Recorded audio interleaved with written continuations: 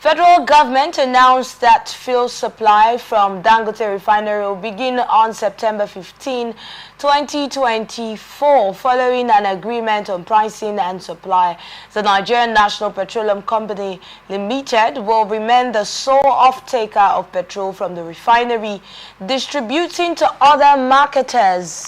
Zak Adedeji, chairman of the Federal Inland Revenue Service and the member of the Presidential Committee on the Sale of Crude Oil and Refined Products, revealed that NNPC will supply 385,000 barrels of crude oil to the Dangote Refinery starting October 1st, 2024, and in return, the refinery will provide petrol and diesel for the domestic market, all paid for in Naira.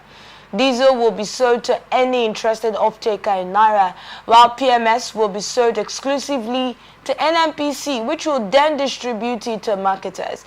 This agreement aims to alleviate the ongoing petrol shortage and enable the government to maintain its subsidy payments. Okay. Additionally, Dangote has reduced diesel and aviation fuel prices to 940 naira per litre and 980 naira per litre respectively. Alright, talking about the government, so the government can easily continue paying subsidy. We're like, okay, what's going on? The way we talk about this subsidy, sometimes it feels like we forgot the announcement about subsidy removal. So sometimes when it is referred to, we're like, what's going on? Can you explain further? But then this statement on, if we go back to that story now, we see that statement on the refineries, that the Dangote Refinery will sell solely to NNPC. That was not what NNPC told us. NNPC said it's going to be open to any marketer. Anyone can go there and buy, that they're not distributed to anybody. But now we're hearing that the NNPC will be the sole buyer of petrol from Dangote Refinery. Come on, all of these stories are beginning to clash. But I'd like to get your thoughts on this one. We're an oil-producing nation. We're also an oil-suffering nation. I think they are playing politics with this whole oil distribution and all these stories they're telling us. They're just playing politics with it. What stops the governments, the federal governments, what stops them from maintaining the existing refineries and building more refineries? When was the last time the government built a refinery, functioning refinery? Most of our young people in our mangroves, most of our young people that are involved in illegal oil refinery or oil refining, that they are destroying and demolishing and pulling down the structures. Why not get these young guys and train them, equip them, empower them, and set up modular refineries at strategic locations? We can have functioning modular refineries, at least 20 in each of the Niger Delta states. And you will say bye-bye to fuel scarcity and hike in fuel price in Nigeria, if you do that. But they don't want to do it. Yes, do you think that's what the government wants? They can if they want to. This fuel hike and this fuel crisis is man-made. It was not made by spirits. Why it's man-made. Are spirits regulating the petroleum industries? Are spirits regulating the downstream sector? We are an oil-producing nation. Can we learn from other oil-producing nations? Are they suffering what we are suffering? And people can't even see the fuel to buy. And the crude oil is popping out in our backyard. And people can't see it to buy. It's expensive for them to afford. And most of our political leaders keep doing comparative analysis of other countries, how much they are paying for fuel there. They don't compare the wage, the minimum wage of other countries. They keep using them as an example. They don't compare the standard of living. They don't compare the public infrastructure. They don't compare the subsidy for basic necessities. People can't even afford to buy bread. So the reality is, if we want to address this fuel crisis, empower these young people. We have young people that if you bring them in, we lose a lot of talents in our country. We waste a lot of resources. We waste a lot of talents. talented young people. They should not be isolated or ostracized or just pushed off. But you know Bring that them this is an in. illegal act. What I'm saying is this. Those young guys that are involved in illegal, that's the word illegal is there. I'm not taking that off. Oil bunkering activities. The security agencies with the governments and this NNPC and all these multinational companies, you can go and get these people, have a meeting with them. Sit them down. Most of them are driven into it by frustration. Unemployment, joblessness, hopelessness, despair. You can continue. There's a long list. Many of them are frustrated. Many of them have graduated from the university for years with good certificate, no job. There are various And right there at their backyard, they have crude oil. There are various reasons people get into crime. Many reasons, but the question, the root of it is, get these people. There's something in them that the government is not seeing, or the government don't want to see. Get these young people. Now, how come most of them don't have professional training, and yet they are processing crude oil into other products like kerosene, fuel, and all that? How come? Most of them are not engineers. They don't have any idea. They don't even know anything about physics or chemistry. But they are using their local idea and they are trying to process this thing. It means there is a talent in them that the government is not looking at. We are wasting talent. So get these people, recruit them, train them professionally. You can form cooperative society or group them into units. They can work in partnership with the Ministry of Energy, Ministry of Petroleum, and they can work in partnership with NNPC and other multinational companies. And they can set up modular refineries.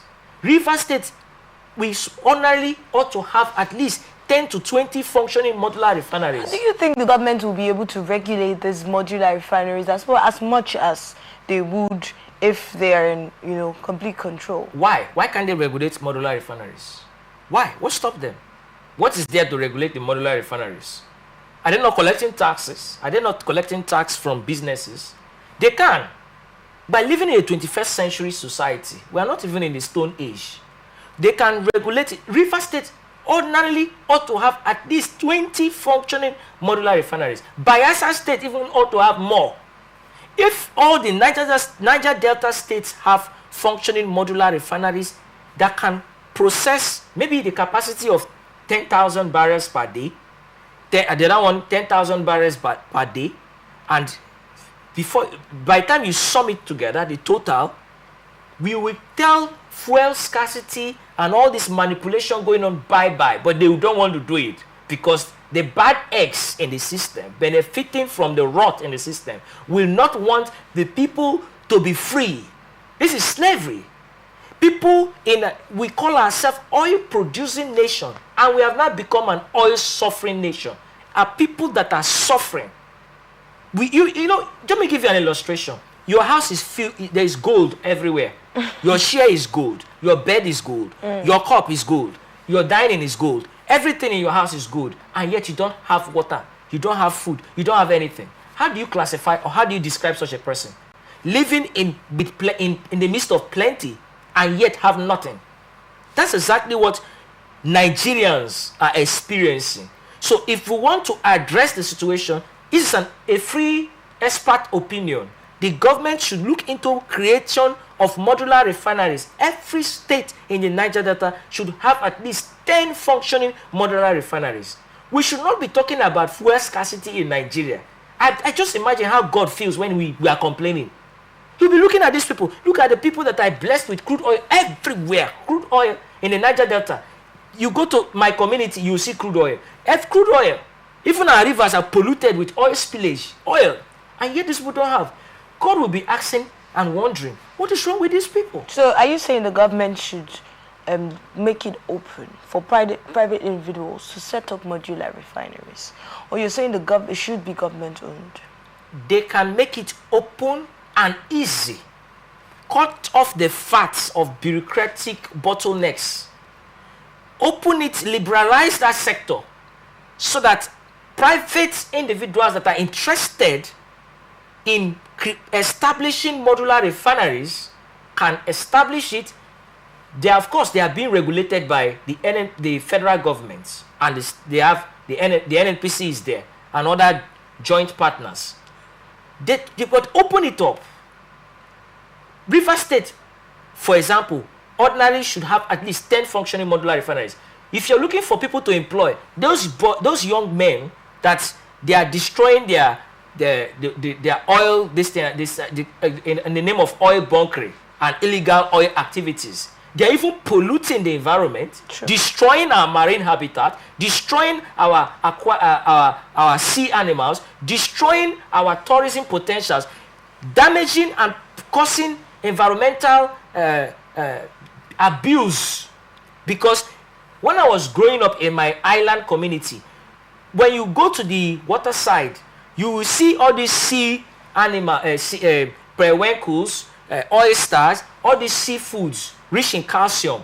You see it. You can sit on the, you can go to the river bank. You see all those things that God has blessed us with, that our ancestors have been eating for years and centuries. Now, go. Even the smell and the stench from the water side, you will run away. You will run for your life, because oil spillage have polluted everything. And we are not people that have this conservation culture to conserve things. Now, with the kind of hunger that is in the country, if people see any fish, anything they see, they will eat. Not too long ago, there was a particular fish that was, I think it's in River State, that they said it was worth some millions of dollars. That the people went and killed that dolphin, that particular fish. It's almost becoming extinct. It's a very rare species that if we have a government that is thinking outside the box, they can get some conservation, and we can be getting foreign tourism. People will travel from other countries, they want to see that particular, and it will be earning, it will be a revenue earner for the government. But the locals, what do they know? They are hungry. You're telling a hungry man to conserve when he has not been conserved. He will not listen to you. They kill the fish only if they know that that fish is worth millions of dollars. You know, if we say that the government should put up modular refineries, what is going to be the difference between the way those refineries will be managed and the way our current refineries are being managed? The difference would be leadership, number one. Good leadership. If you are liberalizing or opening up the sector for modular refineries to come in, take off those corrupt practices that have impeded and stalled and disrupted the growth and development of the oil and gas industry. There should be, the regulations should be there, monitoring should be there, ensure that people do the right thing, enforce the laws, that people do what is right. And if you follow up properly, they will do what is right. It's not rocket science. Most people don't follow laws. They do anyhow. But if you enforce the laws, they don't have any choice but to follow the laws. If we have like 10 functioning modular refineries, get those boys, many unemployed people. We should not be crying unemployment. We have a lot of things, resources that we are not tapping into. Every part of our land is blessed. Look at countries like Japan, Singapore, Indonesia, South Korea. Most of these countries, they don't have what we have. I say every part of our land is blessed. And yet today, as I'm talking to you, there are some families that have not eaten. So what is the problem with productivity? When you are the captain of your ship is not productive. How can you be productive? When you're being led by a man that is more interested in his stomach than using his brain. You see, the human body, I'm not a physiologist. I'm not a biologist. I'm an economist. But I studied a bit of biology when I was in secondary school. The brain, they are different. The human body is made of different organs. Some people fail to use their brain. Their only interest is their stomach. But you must use your brain, because your brain must function as your stomach is functioning. If you ignore your brain and you're only thinking about your stomach, you limit the potential of your brain. And all you get is a big stomach with a brain that is not functioning. So that's why God has given us the mind for us to think. We are talking about unemployment and hunger. Why is there unemployment and why is there hunger? Okay. How can we come out of unemployment And how can we reduce hunger? We need to start using our brains. Not just our leaders, every one of us. Use your brain. Use your mind. Tap into the potential of your mind. Exercise your mind. Think outside the box. You don't need to be involved in criminality to feed. But you can use the potential. Something inside of you is an invisible crude oil that can be tapped into. An idea, a skill. That's why we always talk about education. When you educate people, you empower them to think for themselves. Education that does not empower people to think is a faulty education. All right, Dejima, thank you so much for your analysis on that story.